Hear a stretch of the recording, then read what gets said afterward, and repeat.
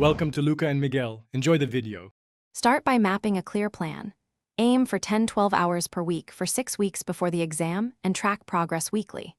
Break study into 90-minute focused blocks with 10-minute breaks to maintain concentration and reduce fatigue. Schedule 3 full practice exams spaced 1 week apart to simulate test conditions and measure improvement. Review each exam thoroughly, logging missed concepts and reaction types.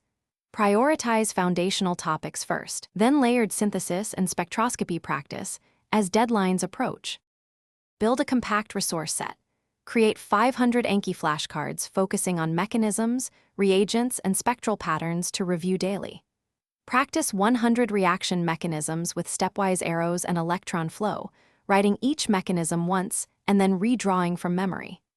Use spaced repetition intervals of 1 day, 3 days, and 7 days to reinforce retention and prevent forgetting. Supplement flashcards with 1 textbook chapter and 1 video lecture per core topic, aiming for active recall rather than passive rereading.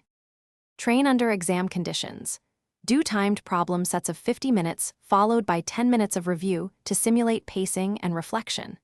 Memorize 20 named reactions with their conditions, yields, and regiochemistry to quickly recognize common transformations during the test. Prioritize high-value synthesis and spectroscopy problems first on exam day because they often carry more points and require integrated reasoning.